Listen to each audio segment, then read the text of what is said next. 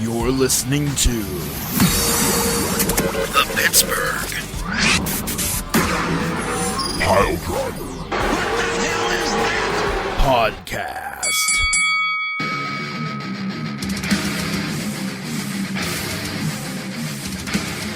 Lots of things have happened in the past week since we missed a show. We missed one show and everything blows up and explodes.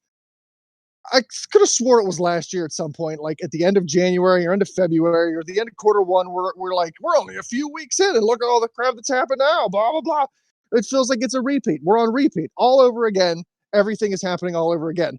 We have a lot to talk about, so let's go ahead and hype it up. Ready? Vince out. Rock in. Punk out. Cody out. Maybe. Rock in. Scott D'Amore out. Some other guy that I don't know because I'm a bad wrestling viewer watcher from some other company out. Rumble happened, and that's it. Now we got to dive deeper and figure out what the heck is going on. Super Dummy Dumbface here, along with Beef the Legend, Tiger Bomb Tom. Poop is a maybe. He'll show up when he shows up, or he won't when he won't. He's a man about town, and no one can control him because he's uncontrollable. So let's jump into it. I will leave the steering of the ship to the two of you as soon as we, if I am permitted to, talk about Vince McMahon. Then the sky is your limit. The two of you can hold hands and steer the wheel, and I'll be fine with it. Oh, you wanna lead off with a little Vince talk there, Beef, or do we want to start with the Rumble, or how do you want to approach that? With all due respect, I'm done giving my time, effort, and words to Vince McMahon, about Vince McMahon, and for Vince McMahon. If you guys want to talk about Vince McMahon, you have at it. I got more important shit I want to talk about that actually matters, other than some fucking white, rich motherfucker that's probably going to get off with a fucking slap on the wrist after being a horrific monster. But I also understand that is very newsworthy, so if you want to do that, Ransom, by all means, I would invite you to do so. I might chime in here or there, but you already heard my opinion. I hope he goes to hell. I hope he gets stabbed in the liver in jail several times and dies a horrific death. Okay. Well, this is starting well. In any case, Vince McMahon, as we talked about on the last show that we did a whole bunch of allegedly things that have come out. And between that show and the Royal Rumble, boy, it all really hit the fan. I think it was Friday night. Slim Jim came out and announced, you know what? We're out. We're pulling our sponsor from the Royal Rumble. We're out. Bye.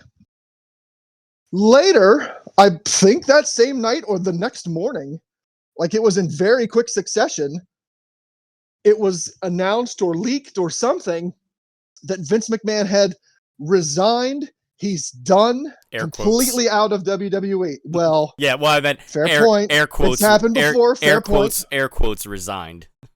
Yeah. Yeah. Oh, Yeah, yes. yeah. Yeah, air quotes resign. We still don't know I don't know if we'll ever know what happened there, if he was told, forced, prodded, threatened.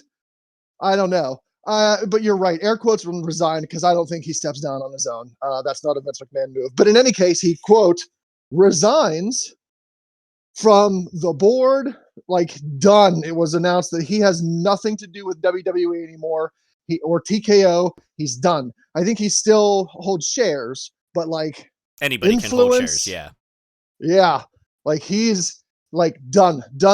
And then very like an extremely short amount of time after that, a surprisingly, or maybe not surprisingly short amount of time, depending on how you're looking at it.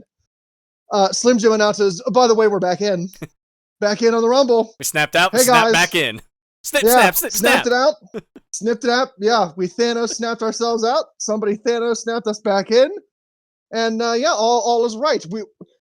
They didn't say that Vince McMahon's, quote, resigning had anything to do with them coming back, but come on.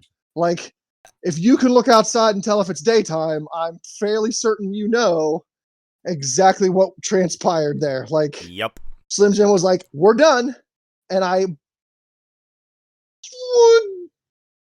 would hazard a guess that TKO got word from probably some other sponsors as well. Like, hey, Yep.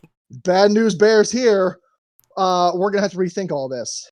And, I mean, you take away from it what you will, but in any case, Slim Jim says they're out. Vince McMahon resigns. Slim Jim says we're back in, and it went straight off like it should have been the whole time. The only other thing that I will say is I'm interested to see where this goes. Yeah. Within TKO, like Beef said, I think Vince McMahon is. I'll be shocked if he doesn't get some sort of easy street something. I'll be happy if he doesn't. Yeah. But I'm interested to see within the inner workings of TKO where this goes, because again, this is just all people posting stuff on the internet, so I have no idea. But rumor and conjecture is that TKO is looking to completely wipe anything and anybody that had anything to do with Vince McMahon. Like they want rid of this situation, according to reports. They want to be done with it. They want him out. They want anybody involved with him out. They want anyone that could probably bring them negative press or some sort of damage out. Yeah. I'm good. I'm good with all that. I hope it happens. The only person I worry about is Triple H. I don't think Triple H had any. I don't think Triple H had any cooperation, if that's the right word, in what Vince was doing. Any coercion collusion? Or any, yeah, collusion. Yeah. I would be of that same opinion because even looking back in the day to when you had the Click and you had Hall and Nash and HBK, you had the drinkers and HBK popping pills and shit for various reasons, but Yep. third reasons. Sure. Triple H was the one that actually like kept his nose clean, so to speak. Right. So I mean, and the only thing that has me fearful about Triple H is that I would be shocked if he didn't know something was going on. I mean, so I think he'll be okay in the clear because I think unless he had undeniable proof of something happening, like I'm sure he probably heard things because I'm sure that I'm sure he talked to Shane. I'm sure conversations probably happened between him and Steph. I'm sure he probably talked to Linda. I'm sure there was a lot of stuff that was talked about, but unless there was like something undeniable, concrete that he had absolute proof of that he sat on that information and he did nothing, then they would be able to come after him. I think I think with him, it's going to be a lot of, hey, listen, people talk and a lot of things were said, but I had no hard evidence. I didn't have anything to go off of to make a a decision one way or the other. And I think honestly, like I said, I think he probably, is busy enough doing his own stuff with NXT, with whatever else going on, doing stuff with creative, that he didn't have time to, get into the thick of all that. But yeah, I mean, I can understand where you would have a little bit of concern. The one thing that really interests me is seeing this whole thing of John Laurinaitis apparently, like, all of a sudden playing the victim card and saying, I was coerced. Okay.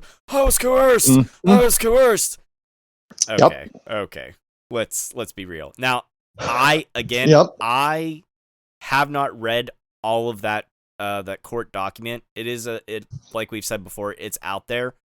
I have seen what I think are screenshots or whatever from that were taken from the documents or whatever. And if that stuff was true, like what I saw, if that's in there and that is absolute factual, messages that were exchanged, yeah, like Vince is absolutely 100% a fucking monster, and he deserves all of the worst treatments in this life and the afterlife that could be possibly imagined. Because now it's not even a matter of whether it's not like before where it was a matter of like a morality, a question in morality, where he had somebody sign an NDA and things were consensual and this and that, but it was a matter of did he use company money? This is a matter of, like, did he break the law? That's a big fucking deal. Oh, yeah. Like, we're talking federal fucking charges, sex trafficking, human trafficking, and shit like that. Oh, yeah, like sexual assault, borderline, if not full-blown out rape. Like, yeah. Yeah. It's big fucking deal. Yeah. And of course, Laurinaitis, I think any lawyer worth of salt in this situation is going to say to him, you claim you're a victim too. Like, Yep. You claim victim. You claim that you were coerced, manipulated, bullied, threatened, whatever you need to come out looking like you're not in a tag team. Take a plea bargain with the monster. Yeah. Yeah, like, and I don't have any idea the cooperation that John Laurinaitis had, whether it was by threat or by willing participant. I don't know, but I have a feeling this is like all lawyer, save face, go on the defensive, say that you're the victim. Like, this is absolutely what a lawyer is going to advise him to do. Like, bar none. And if there's any more proof in that pudding, I think it was just, I saw it today or yesterday maybe, that in a statement, I think from Laurinaitis' attorney, or like a statement that he gave to his attorney or something, he claimed that WWE knew that Ashley, the diva, Ashley Massaro, was raped on an overseas tour, and told her to shut up about it.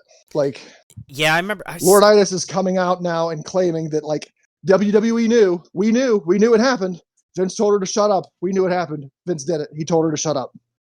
So I think he's doing anything possible at this point to deflect off of him, show Vince McMahon in more of a monstrous light, and, just trying to play up how, like, I had no choice. Like, I was coerced. I was bullied. I was threatened. I don't know what to do. Like, I'm a victim too.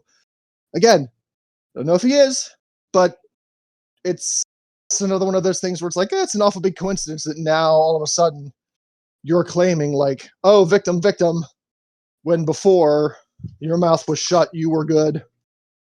You played along. Whatever. Yeah. It's the timing is nothing short of impeccable, but Yup. I mean, with a lot God of as my witness, I thought you were gonna say the word predominant, and I thought, and I was gonna have a laugh. But go on. Anyways, I'm predominant and stupidity. Are you kidding? It's an office quote. The timing was nothing short of predominant. Go on. Go on. So I understand. I hate you guys. I understand it at times with other cases, like say say an example in the case of Ashley or whatever. I understand that for people that have experienced some sort of assault or worse, that it can be hard for them to come forward because like there's a matter of shame and stuff like that. There's a whole litany of psychology behind that stuff. I don't necessarily buy that from Laurinaitis in this case. However, I don't doubt that even if he, was complicit or anything like that, if even like assume let's just assume that he was. Let's just assume that he's just as guilty as Vince in the treatment of this, this female or whatever. Let's just assume that. Well, now it's a matter of, if you're Vince, you go, well, you fucking say anything, and if I go down, you're going down with me, sort of thing. So, Oh yeah. So at that point, you have that moral, decision for yourself to, well, hey, do I fucking bring the whole thing down, or do I just shut up and stay the course and have to live with the guilt of this or whatever until such an opportunity presents itself where I can do something safely. I don't necessarily agree. I don't agree with him, not speaking up if he was aware of stuff or whatever, obviously, because nobody should be fucking treated the way that this allegedly. I say allegedly until everything is proven, but from the little bit that I have seen, I don't think allegedly needs to be used. Like, shit went down. That's, it would seem that way, yeah. Yeah. But again, until things are absolutely, 100% proved, legally, I will say allegedly.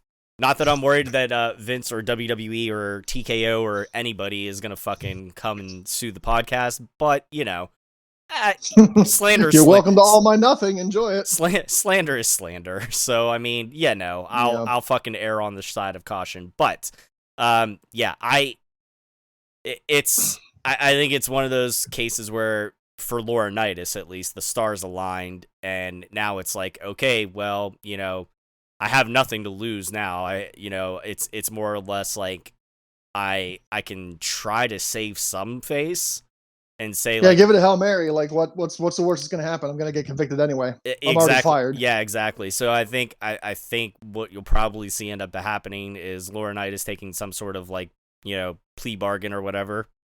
Maybe in exchange for whatever information he has on the whole. Get him to testify against Vince. Yep.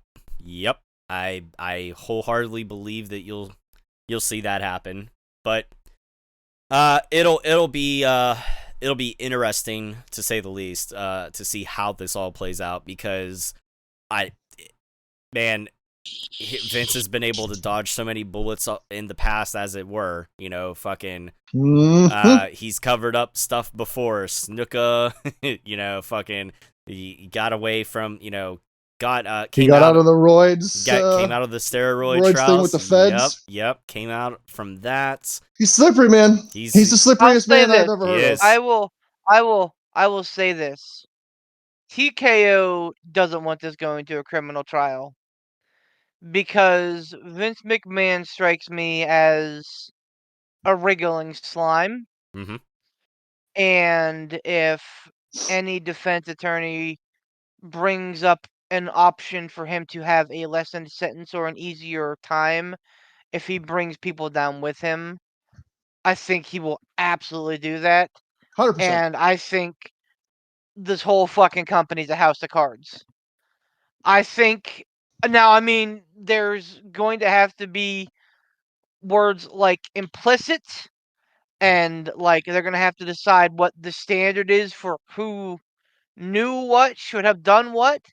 But if people have the same vim and vigor with this as they did the fucking Joe Paterno stuff with Happy Valley, of, oh, well, he knew, but he didn't do anything, and they called for his head, then this shit should go the same fucking way. Where, if Triple H knew and didn't press a button, fuck him. If Steph knew, if Shane knew, if Linda knew, fucking if Phil Brooks knew, Roman, fucking Rock, Austin, I don't give a fuck. Yeah, and If they knew and they didn't say anything to anybody, like, there's loyalty and then there's harboring a fugitive. right. And again, it's and this is not excusing anybody for not saying anything, but from a legal standpoint, unless they had proof, maybe that's why That's fair. That is fair. So I mean, you can run it up the chain so far, but unfortunately, I don't think WWE is was one of those companies where we don't have we have a policy for no retaliation against whistleblowing, like where you do have that in other companies, like the company that I work for. They wholeheartedly say, like, hey, if you know something's fucking going on and you say something, you do not have to fear, any retaliation, because we do not allow that. Like, we do not allow retaliation. And, like, if somebody does retaliate against you because of something that you brought up that was being done wrong, they're in the shit, not you. And the only other point that I'll make on this is that, like, I don't want to paint a. Oh yes, okay, we're gonna paint a picture that Vince McMahon is the fucking worst person in the world. It absolutely is. But I said this to my buddy at work. Every corporation, this country, fucking Japan, fucking Indochina, wherever, man. If it's a billion-dollar corporation, if it is something that makes a lot of fucking money, the people at the top are probably awful, scumbag fucking people. Men, women, black, white, does not matter. It's very rare that you find a very successful company that people have a good head on their shoulders. So, like, I think that this is just par for the course of society. He just happened to be, have the fucking shit fall down on him.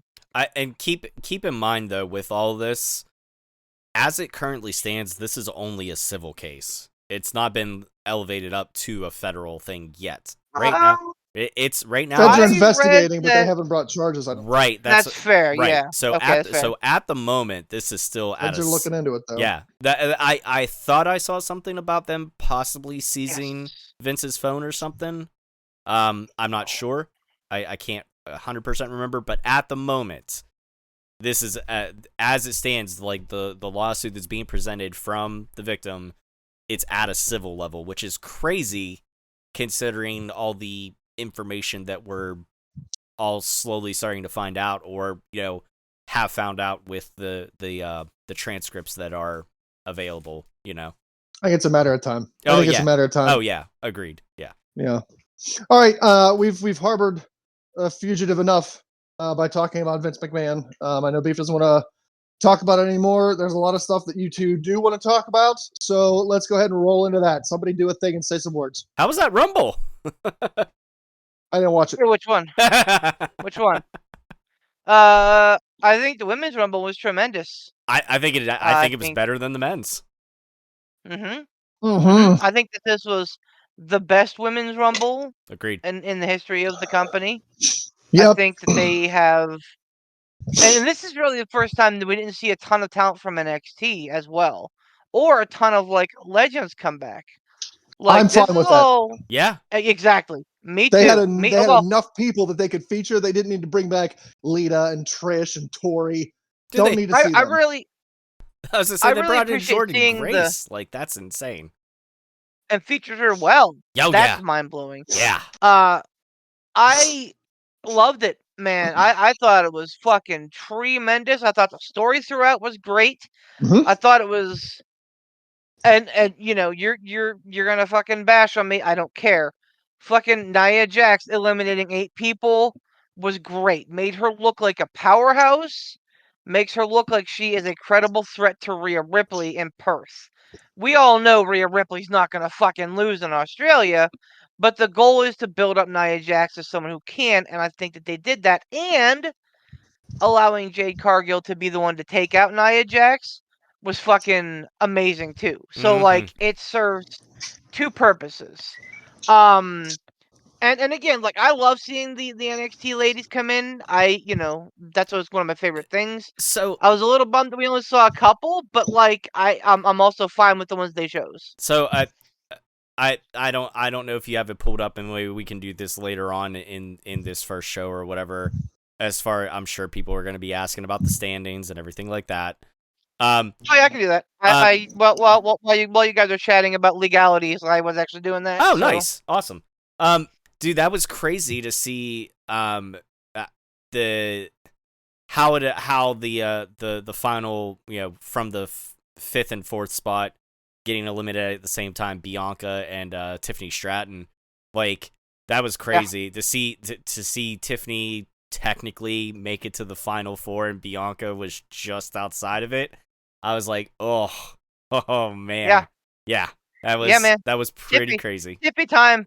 It is Tiffy time, baby, and I'm here for all of it, man. I think that she is the next big star in a sky full of stars. I think both WWE and AEW are jam-packed with amazing women's wrestling right now. Mm-hmm.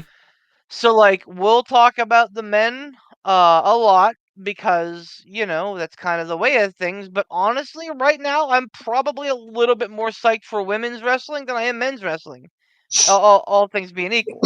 But yeah, like having Tiffy there at the end, Jade was there, and then the returning Liv Morgan.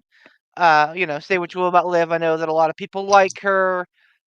I get it. She's a fun story. I just don't think that there's much there. Just like with her SmackDown Women's title run, it's like, okay, like you got the belt, now what? And she turned into a lump of clay, and I'm like, okay, well, this was fun getting here.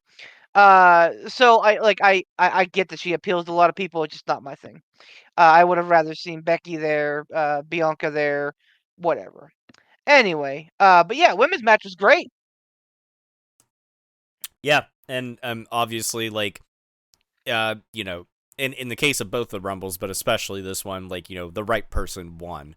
Having Bayley win the Rumble was definitely the way to go to set up this to set up the breakup of Damage Control, or at least the the exodus of Bayley from Damage Control. It worried me though, because she came in at what, like number 3? 3, yep. Yeah, that fucking, she pulled a flare. That fucking worried me. I was like, it's not fair to Flair. I was like, not fair to Bayley. Getting a little nervous here.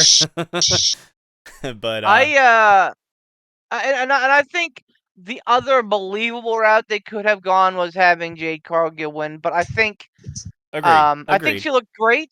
I think she looked great. I love the fact that they have her music from AEW. I think that that's a big deal because it keeps that persona alive.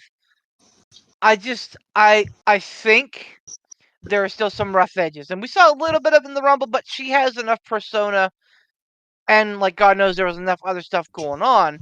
Right. But like there are still some rough edges, so I'm fine with her not winning it this year. I'm early bets probably next year. Yeah, absolutely. Yeah, no, I think that was perfect. Just to have her come in and be showcased and look dominant and look like a big deal, even though in the big picture of things, it's like not like she did a whole lot. You know what I mean? Like sometimes sometimes less is more.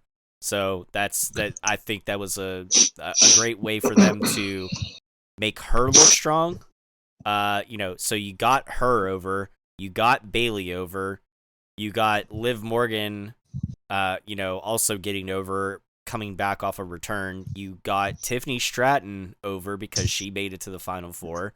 You had Bianca getting over because she, was dominant for so long in the Rumble too. So like, that's you got 5 people over in one match. Well, 6 if you count Nia as well. So like, I was gonna say, do you count Nia? Yeah. Well, yeah. There's a lot. Listen, my personal feelings aside, for Nia as a performer, I won't deny I understand what they're doing from the business side of things and how they're trying to present her and make her look. And they were successful in doing so. I'll give you that. I still, just like you don't, Liv Morgan's not your cup of tea. Nia Jax is definitely not my cup of tea. not my cup of water, not my beverage at Sure. all. At all. I'll say So, I'll say this. I was not enamored with her last run. I think that she recently has been okay. So like if she can keep on you talking doing what about she's doing, I think that Liv or Naya. Nia? Okay, gotcha. Naya. I mean, with all due respect, I'll say the same thing about Liv. Like, Yeah. I think that she is working hard. I think that she is honing her craft as well, and it's no secret that she's still pretty young too. So, the ceiling is very high for both of these ladies. I honestly believe. Yeah. Um, for what they are. Liv being a dark horse, like someone who is going to be a constant underdog, and Naya being like an undeniable powerhouse. I think that both of those could fit their molds wonderfully. But yeah, man, like you said, like we named fucking damn near a third of the Rumble that got over in the match. Yeah. Not to mention fucking Naomi returning and being there for a fucking an hour and 2 minutes. You know, not to mention fucking Jordan Grace being in there for almost 20 minutes. Like the moments were there. Jade with Bianca. Like I would love to see those two as a tag team to start win the titles, and then Jade eventually turn on Bianca heading into next year's WrestleMania. Get out of I my think that brain, that's the Beef. story you build. Get out of my brain. I've I think that's and I mean it doesn't have to be the WWE title. You can have Bailey do her thing with that and have them jump over the world title contention. Like Yeah. because again, Rhea's been an awesome champion for well over a year. But it's all things come to an end, as they say. Mhm. Um, so we'll see who Rhea's. It looks like it's going to be Becky Lynch with Rhea, and I don't anticipate Becky losing again at WrestleMania. So she'll probably beat Rhea, and that's probably fun. Yeah. Ransom, what did you think about the Women's Royal Rumble? You've been fairly quiet on the matter, and I know you watched it. Yeah, I I what? Go ahead. I seen it. You say I thought this was by far the best women's rumble that I've ever watched. I know there hasn't been that many. Right. But wow, like this is better than I would say a buttload of the men's rumbles that I've watched over the course of my time enjoying the Royal Rumble. I I can't really nitpick too much about the women's rumble from this year. I thought it was spectacular. I enjoyed it start to finish. I think they did very well with damn near everybody, if not absolutely everybody that was in that match. I can't really think of a spot that I was displeased about. They handled a lot of people really well. I think the right person absolutely won. I think they did do the right thing with Jade. Jade came into this Royal Rumble green. She didn't come into this Royal Rumble like AJ Styles came into his first Royal Rumble. He was a veteran already at that point. He could have won that men's Royal Rumble and went on to Mania and put on a clinic of a match and won and made it believable. I just don't. I agree that I don't think Jade is there yet. She's going to be. Absolutely going to be there. But I think, like you guys said, it just needs a little bit more time, a little bit more polishing, but probably by next year, if she wins the Women's Rumble next year, I think it would be absolutely believable. And I think you'll look back on it and go, holy crap, what a year she's had of, honing her craft and her talent and, becoming an expert. So, yeah, I think they did the right thing with her. Nia looked really good. I don't have a problem with Nia Jax as long as she's not hurting people. Everybody is going to have their strengths and weaknesses as far as a wrestler goes. And I can look past many people's weaknesses as long as you're not hurting people. So as long as Nia's not hurting anybody, I don't have any complaints. I don't have any complaints about her at all. Or if she's gonna hurt someone, at least have her hurt Charlotte Flair. That too. It's not fair to Flair. It's not fair to Flair. Piper Niven and what was her partner? Chelsea Green. Green. Chelsea Green. Holy crap. That was some of the most entertaining stuff that I think I saw all night. Like those two Mhm. together are fantastic. Like they're entertaining, but Piper is not like it's not like those two together are like clown car entertaining. They're entertaining, but when you kind of like look at Piper by herself, you're like, oh no, she's gonna kill somebody. Like she's mean and she's tough. But then when you pair her with Chelsea, it's like, oh, now there's comedy involved and it's funny. So I think they play off of each other very, very well. And I thought, some of their spots, like when Piper was trying to wake her up after she got knocked around, I thought Yep. that was some of the most entertaining stuff. So yeah, well done WWE for the 2024 Women's Rumble. No complaints. Only good things to say. I want to touch on something else other than one of the Rumble matches real quick. Because Absolutely. I know we're gonna get to the men's Rumble and and I think that'll be a good segue into everything else. But You sense the pivot coming. I like it. You were pre-pivoting me. You were pivoting me. I'm pre-pivoting I'm pivoting the pivot. But I gotta say how impressed I was with the Logan Paul Kevin Owens match. Not like the match as a whole, great.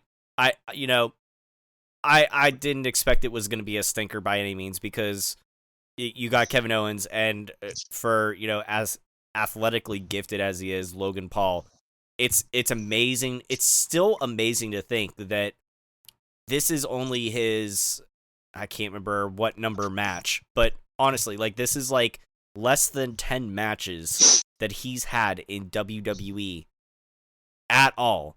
And he goes out there and puts on shows like he's been doing this for years. That is amazing. And I thought the finish of the match was so fucking good. I loved it because it's more often than not that you see, like, you would expect like the bad guy to get caught with his pants down, you with the illegal weapon or whatever, and like, oh no, and the good guy prevails, hooray. But this time, flipping it on its end, and you thought like, oh my god, Kevin Owens, like, he got the one up on him, and you see it, 1, 2, and then Kevin Owens is the one that gets caught with the brass knucks on. My god, I love that. I cannot recall, again, because I haven't watched the weeklies in a long time, and there have been different periods of time throughout my entire fandom where I fell out and fell back into it and stuff. I can't honestly recall a time where I've seen the good guy get screwed over like that. There's not one that like jumps to my mind right off the forefront. I thought this was awesome. I thought the ending of that match was so well done. And it keeps the title on Logan Paul and gets him into a WrestleMania match as a champion, which fucking bravo. Give me your thoughts. Talk to me. Yeah. Yeah.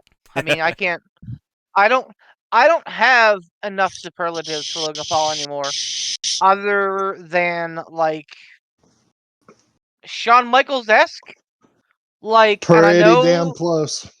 I know that that's like very high praise, but like it's fucking Triple H-esque. Like, this is a dude who had no formal training, was like, fuck it, let's see what happens, and has become one of the best at what he does. Very Kurt Angle like. Yes. Very Kurt. Yes, Yes. that's a great comparison. Yes. Great. He has jumped in both feet, and he is just swimming like a fucking dolphin, man. The ending of the match, absolutely. So there was the part with like his entourage, like that kind of went on a little long. Agreed. But like the actual finish of the match was fucking brilliant. Absolutely super creative and very smart. And I saw something as I was I saw something as I was just flipping through YouTube or whatever, watching different reels, and I saw something where I don't know when this was from, I'm gonna say I can't remember what it I'm trying to I think it might have been sometime within the last year. It had to have been. But it was somebody sitting down talking to the Undertaker, and they asked him his opinion on Logan Paul, and he's like, I only got to meet him, at this past Mania, very briefly. He's like, but just seeing what he's been able to do and how athletically gifted he is, he's like, I wish that he would dive into this and put more time into it and commit to it full time. He's like, because he has all the talent in the world to be able to do it. He's like, but there's just those little things here and there that he could hone to make himself even better. If he were able to put the full time and full commitment into it. And I agree entirely. Like, it's really interesting to see what he's able to do and what he's able to accomplish with the limited amount of time that he's actually, in the ring and on TV and stuff. So I got. See, I'm kind of on the other side of that coin. I know we spend a lot of time on this podcast talking about a champion who's absentee and how that's a bad thing. In Logan's case, I think that him not being around as often actually benefits him. It makes it whenever he is around, you sit up and take notice. Okay, And I can see that. he's gonna be around during the biggest times of the year. So it's like, oh shit, Logan Paul's here. It's gonna be a big deal. Let's fucking buckle up. Like it seems like we're heading towards Logan Paul and LA Knight for the US title. Yeah. I can't think of a better person to lose the title to LA Knight. I can't think of a better feud. I think that these guys are gonna talk all the way to Philly, and it's gonna be amazing. So I mean, yes. Would I like to see Logan Paul more? Absolutely. Will he? No. He's a millionaire. He doesn't need to do anything he Oh doesn't want to yeah. do. And do you want to fucking work out fucking 10 hours a day, fucking 5 days a week to wrestle and beat your body up? Hell no. Hell no. Go through 2 or 3 weeks of real intense training, like the MMA fighters, Not to say that they slough off, but have real intense sessions before your fight, and then kind of have some cool down. That's the American dream, baby, with no pun intended. That's what you got to do. Work hard for a little bit, take a break, come back energized, work hard again, Take a wash, breather. rinse, repeat. Take a breather. Yeah, no, I Uh, see your point. I understand what Taker's saying, is that he if Logan were there, full time or whatever, easily you could make it believable to put the the WWE championship or heavyweight championship on him or whatever. Having the US title on him is fine, and I'm with you on that. I in that case, in the case of this title as it is right now and just Logan Paul of who he is, I don't think it hurts the title or hurts him or anything like that, him not being around more often or anything like that. And like you said, they're more than likely gearing up for him to drop it at Mania. But the fact that the fact that he's going to get another WrestleMania match, and this time he's walking in as a champion is a pretty big deal in the grand scheme of things. But yeah, I mean I hope, if they haven't already, I hope they are starting some sort of program between him and LA Knight. I would love to see LA Knight get hit, get an attaboy, and start off with the US title and hopefully see where we can go from there. Who knows? Maybe we'll see who's been the longest I can't remember. We talked about it. I think it was Lex Luger was like the longest reigning U.S. champ. Who knows? Maybe we'll I get think so. LA Knight as the modern era longest reigning U.S. champ. You know. Just a real quick sentiment about that. I hope after Roman loses, and Seth loses, and Gunther loses, I hope that we don't have any more of these like several year-long title reigns. Like Yeah. I appreciate them, and I realize that like we as a fan base were like we want long-term storytelling, like, and we're getting it. Yep. But at the same time, it's kind of a curse because even Seth Rollins, that title's been in existence for like Not even a year though. uh not even a year, Nope. but like he's been the only champion. So like there are way too many people in the WWE, women, men tag teams that need to have more belts on their resume.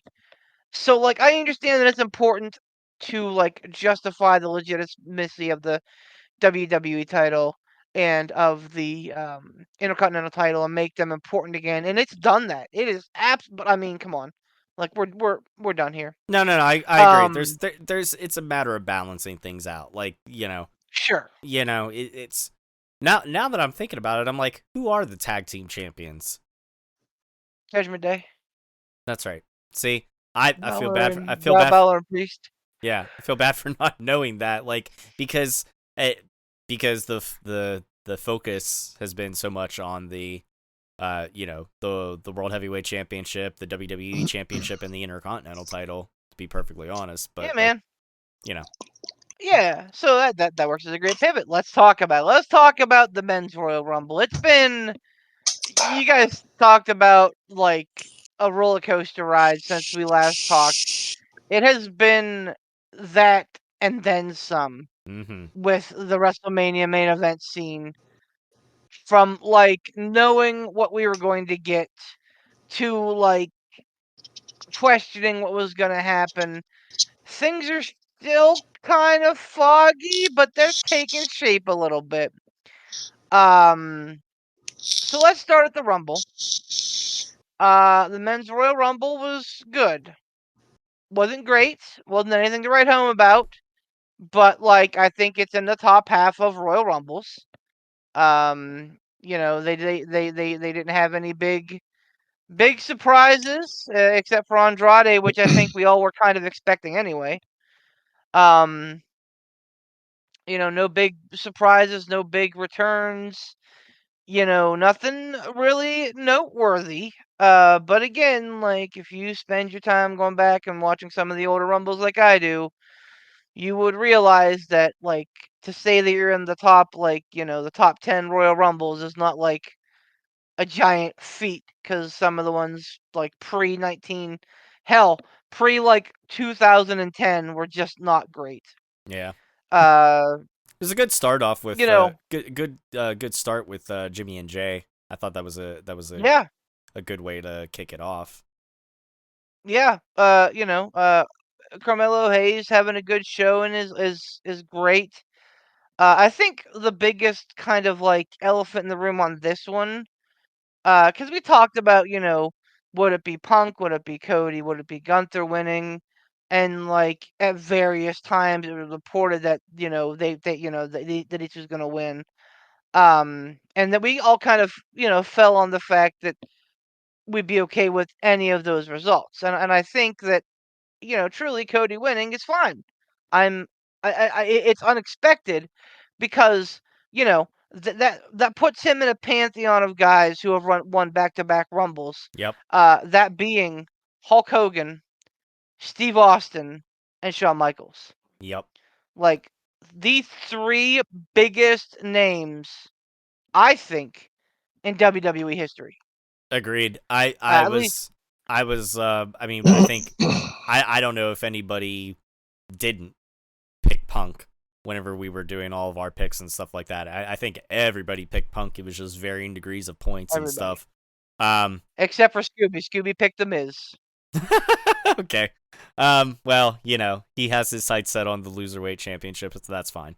But No, Good start for him. Good start. yeah, Spoilers. fantastic start for him. But no, I was watching it and my buddy Eli was like, he's like, I'm thinking Cody might go over. He's like the more as as the show was going on and stuff like that, or before the men's match, he's like, they've been making a big deal about people winning back-to-back Rumbles, and I'm like, son of a bitch. I was like, please don't be right, but he was. I mean, please don't be right in the sense of for the for the picks or Losing whatever. the points. But Right. but no, either way, if whether it was Punk or whether it was Cody, either one was a believable and acceptable result as the winner, in my opinion.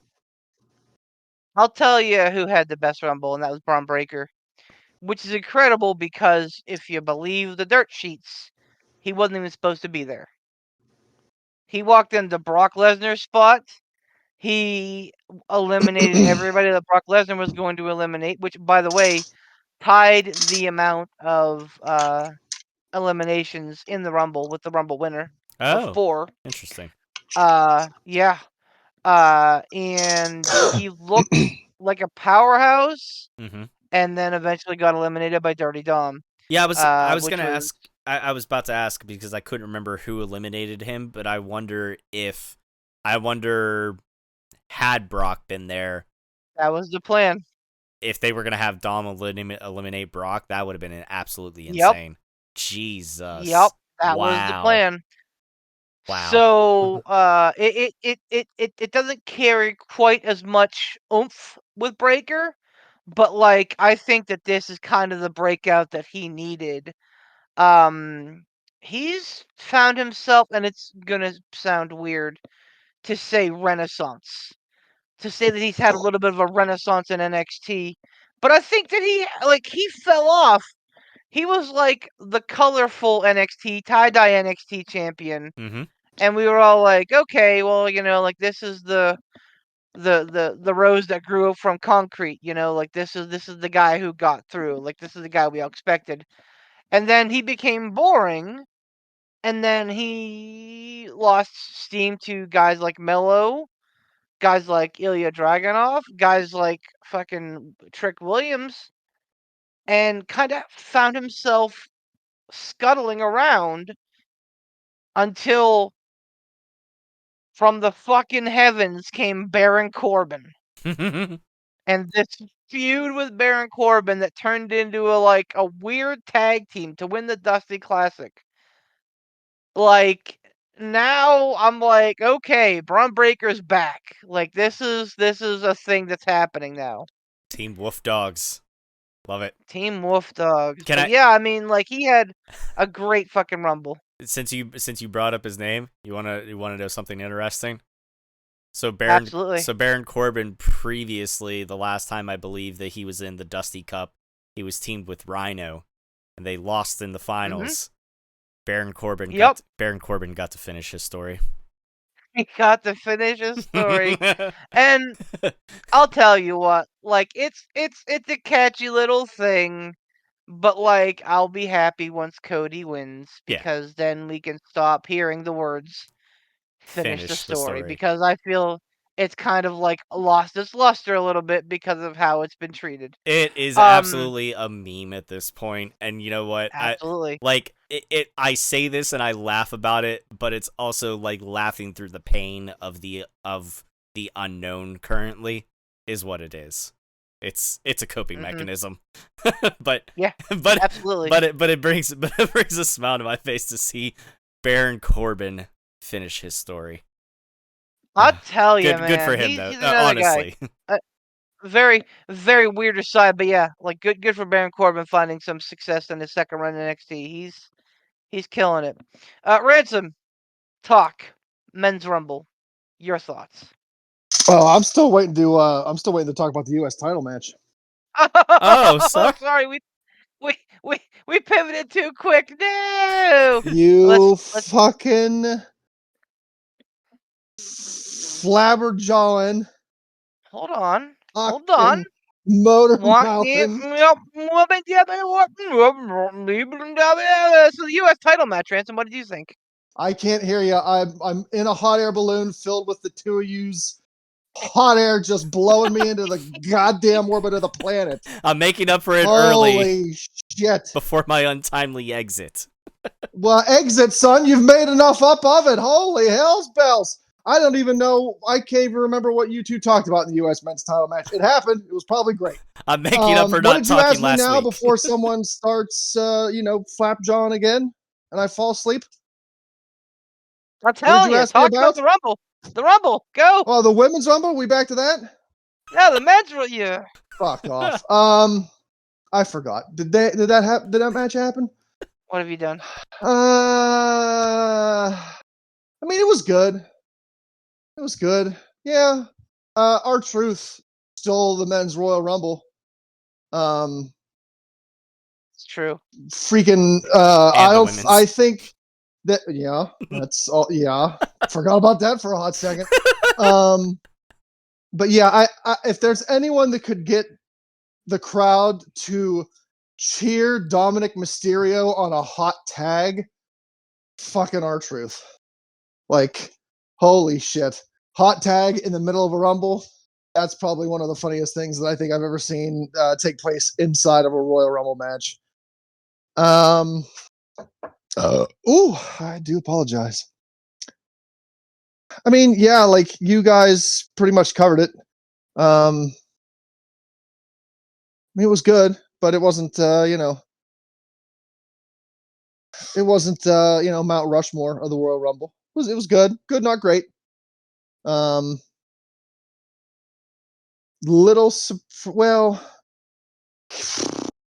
I imagine they did have Cody plan to win it from the start, regardless of the injury to CM Punk. That I wondered there for like a hot minute. I wonder if they planned on Punk winning, but then when he knew he got hurt, like did they pivot? But I'd say probably not. I would think with all the talk they did about back-to-back Rumble winners, they probably did have Cody hashed out for this, and especially now with everything going on with Rock Rum and Cody finish the story, it probably was Cody all along. Had Punk not gotten hurt, it probably would have been him and Rollins.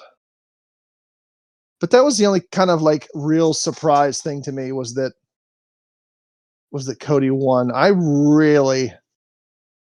didn't know Punk was hurt until after the fact. I didn't see him get hurt in the match. Right. He didn't look hurt when he was going one-on-one with Cody there at the end. But I couldn't tell. Maybe I was all amped up because of the match itself, or maybe he did a really good job at hiding it. But like I had no idea that he had hurt his arm. But yeah, I thought for sure it was a Punk year. I thought that was a lock. But yeah, I mean, overall, men's Rumble good, women's Rumble better.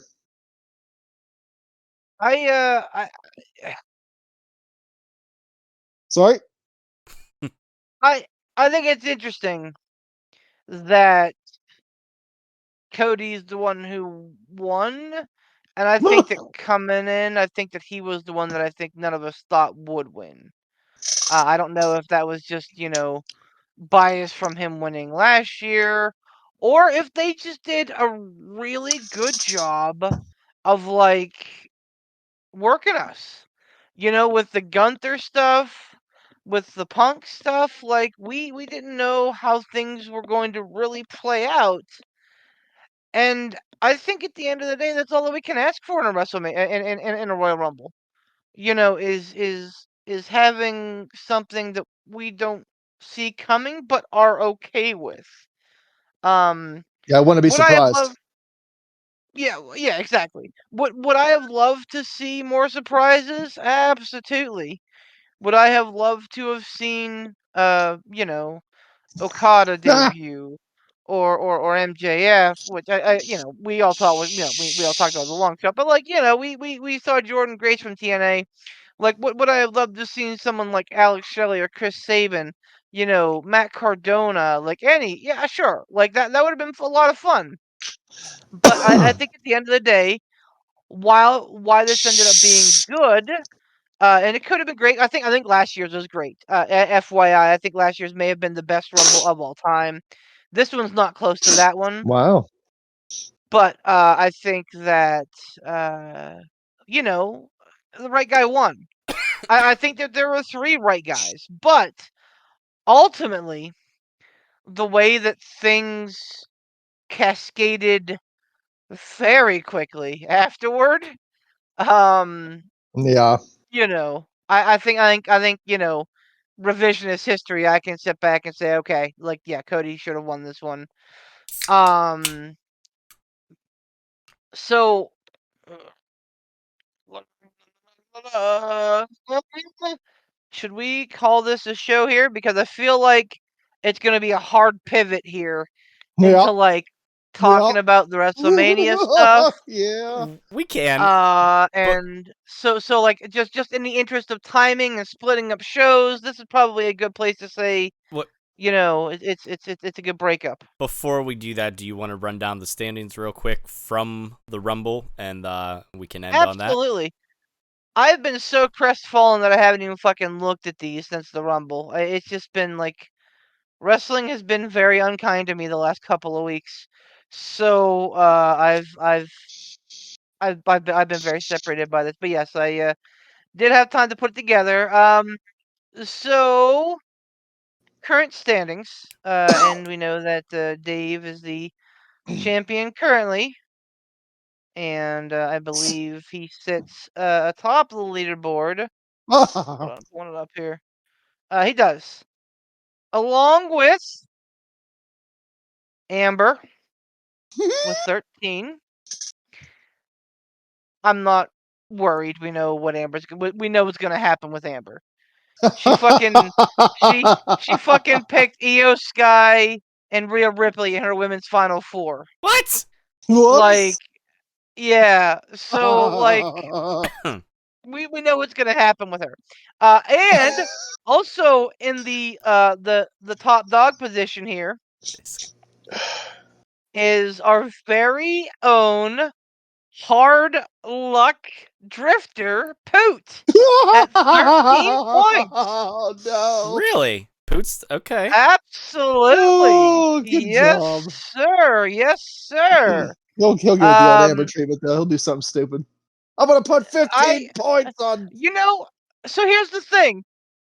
Poot gets down and he's like, fuck, I have to make up this 14-point deficit. And he starts throwing Hail Marys. It's like, bro, if you just chip away, like, you'll be fine. So now that he's in the lead, we might be in trouble.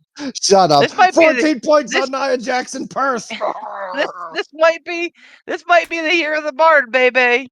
Um, the lone wolf in second or fourth place, however you want to determine that, is Pat with 12 points. Now, here are Pat's picks. He picked Logan Paul, Roman Reigns, Bailey, and CM Punk. We all picked Punk except for against Scooby. He picked Miz. But his final 4s were Bailey, Becky, Jade, Bianca, which again was in the same wheelhouse. But he had the men's final 4 nailed: Punk, Cody, Gunther, Drew. Had he not put 4 points on CM Punk, had he not been a crazy man and just put 1 point on this, he'd be in the lead. Pat. Oh. Beef. Yes. I Yes. have a bit of a discrepancy. I Go also on. I also have 13 points. Maybe. Definitely. Did I add wrong? Yes. 4, 6, 7, 8, 9, 10. Wait. You had 4 points on Paul, 2 Yep. on Roman, that's 6, right? Correct. You had Bailey, At Bianca, Hold on. Raquel, and Jade. No, hold on. Just going through the regular Mhm. matches. I had a point on Okay. Bailey. That's 7. I had Right. I had 2 points on. Oh, I'm You sorry. had 3 points on Punk. Okay, I had 3. Okay, sorry. I added wrong there. I'm counting an extra 2 points. I'm sorry. Editorial fucking thing there. I added wrong. My bad. That's okay. My bad. You are forgiven. I did it to me, so I was worried for a minute. Listen, I fucking have to be perfect at work, or else people lose money and I lose my job. So if I screw up here, I'm not as upset. So my bad. That's right. All good, my brother. All good. Okay. So anyway, yeah. If Pat would have been reasonable, he'd been lead. Speaking of putting reasonable points on Punk and being in the lead, enter Ransom and Beef. Ransom with 3 points on Punk. Beef with 4 points on Punk. If we would have put 1 point on Punk, we'd be sitting a lot prettier than we are. However, the three of us dummies are all sitting at 11 points. By no means are we out of it. It's a 2-point spread. But like, you sit and you think of the what ifs. Like, I thought I was being ballsy, but yet doing the right thing, the smart thing, and here I fucking sit. Anyway, so yeah, Ransom, Beef, Tom, all 11 points. Still early. And then there's Scoob, best boy. Who counted on Kevin Owens winning, LA Knight winning, Becky Lynch winning, and The Miz winning. And did not bother to submit any Final Four picks. Ergo, Scoob is starting the quarter off at 0. Shut it off. Shut it off. He sounds like he's. It sounds like he's picking the greatest Royal Rumble over in Saudi, Yeah, and not fucking right. this one at all. Sorry, Scoop. I love you. I respect what you went with here, man. But like, I don't. Oof. When I can do better than you, I'm insulted. So, Scoob, notwithstanding, his day may be over in the Cruiserweight to Sun. What's wrong with you?